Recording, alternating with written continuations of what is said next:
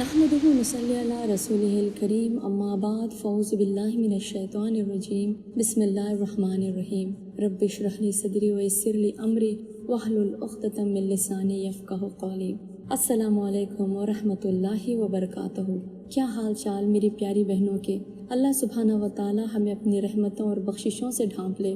ہم سب کو اللہ سبحانہ و تعالی نے دوبارہ اکٹھا کیا اور اللہ سبحانہ و تعالی ہمیں بار بار اکٹھا کرے۔ انشاءاللہ جنت الفردوس میں بھی نیک اور متقی لوگوں کے ساتھ اکٹھا کیے جائیں، آمین ثم آمین یا رب العالمین۔ آج کا ٹاپک ہے استغفار۔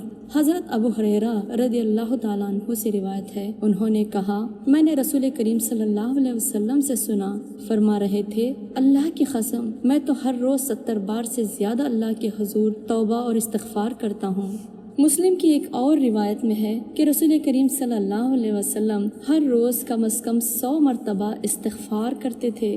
بعض روایت میں یہ الفاظ منقول ہیں، استغفر اللہ الذی لا الہ الا هو الحی القیوم واتوب الیہ۔ ایک اور استغفار رب اغفر لی وتوب علی انک انت التواب الغفور۔ جب آپ صلی اللہ علیہ وسلم تو اتنے معصوم تھے، گناہوں سے پاک تھے، تو آپ بھی ہر دن 70 بار سے زیادہ اللہ کے حضور استغفار کرتے تھے، اور ہم کتنی بار کرتے ہیں؟ اللہ سبحانہ و تعالی ہمیں بھی بہت بہت بہت زیادہ توبہ کرنے والا بنا دے، آمین ثم آمین۔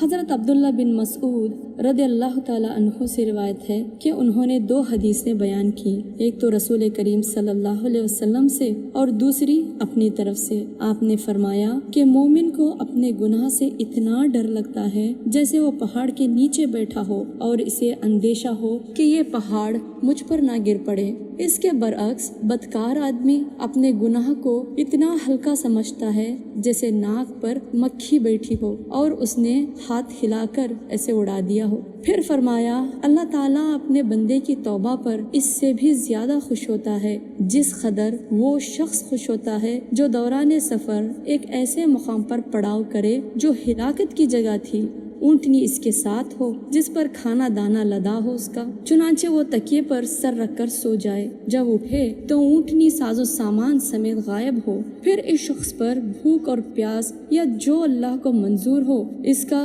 غلبہ ہوا تو اسے تلاش کرنے کے لیے نکلا، آخر تھک ہار کر اسی جگہ واپس آ جائے جہاں پر وہ لیٹا تھا اور موت کے یقین سے سو جائے۔ تھوڑی دیر بعد جو آنکھ کھلی تو کیا دیکھتا ہے کہ اس کی اونٹنی تو کھانے پینے کے سامان سمیت اس کے سامنے کھڑی ہے۔ وہ انسان کتنا خوش ہوگا، اس کی تو خوشی کا کوئی ٹھکانہ ہی نہیں رہے گا۔ صحیح مسلم میں حضرت انس رضی اللہ تعالیٰ عنہ سے مروی ہے کہ حدیث کے آخر میں یہ الفاظ ہیں کہ وہ اپنی اونٹنی کی مہار پکڑ کر شدت جذبات میں غیر شعوری طور پر یہ الفاظ کہتا ہے کہ اے اللہ تو میرا بندہ اور میں تیرا رب ہوں، یعنی فرط محبت میں آ کر اس نے غلط کلمہ ادا کر دیے۔ اس سے معلوم ہوا کہ شدت جذبات میں اگر کفر و شرک پر مبنی کوئی بات منہ سے نکل جائے تو قابل مواخذہ نہیں۔ استغفار ہمارے کبیرہ اور صغیرہ گناہوں کی معافی کا ذریعہ ہے، اچھے اعمال نامہ پانے کا ذریعہ ہے۔ جنت میں درجات کی بلندی استغفار کی وجہ سے ہوگی۔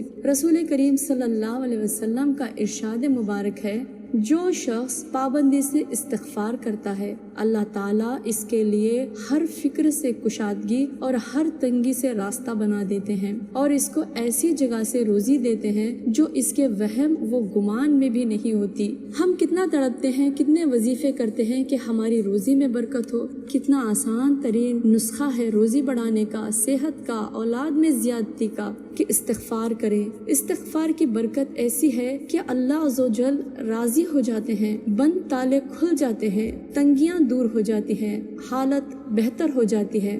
حضرت سیدنا عبداللہ بن عباس رضی اللہ تعالی عنہما سے روایت ہے کہ حضور کریم صلی اللہ علیہ وسلم کا فرمان ہے کہ جس نے استغفار کو اپنے اوپر لازم کر لیا اللہ پاک اس کی ہر پریشانی دور فرمائیں گے اور ہر تنگی سے اسے راحت عطا فرمائیں گے اور اسے ایسی جگہ سے رزق عطا فرمایا جائے گا جہاں سے اسے گمان بھی نہ ہو۔ استغفار کی فضیلت سے اللہ کے عذاب کو ٹالا جا سکتا ہے۔ کثرت سے استغفار کرنے سے عذاب الہی، اللہ کا عذاب ٹل جاتا ہے۔ استغفار باران رحمت اور مال و اولاد کی ترقی کا سبب ہے۔ استغفار جسمانی قوت میں اضافے کا سبب ہے۔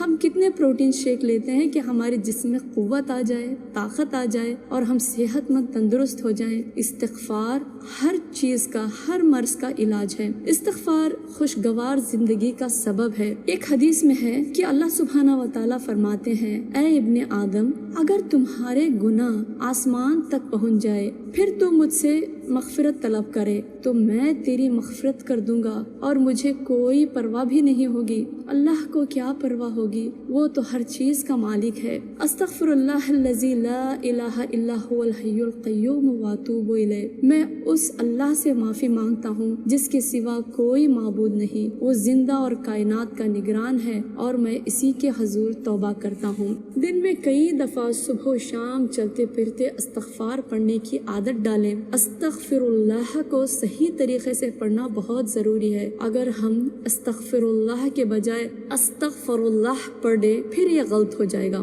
استغفر اللہ، فی کا لفظ آنا چاہیے، استغفر اللہ ہو گیا تو پھر یہ غلط ہو جائے گا۔ ایک شخص امام غزالی کے پاس آیا اور بتایا کہ مجھے یہ مسئلہ ہے۔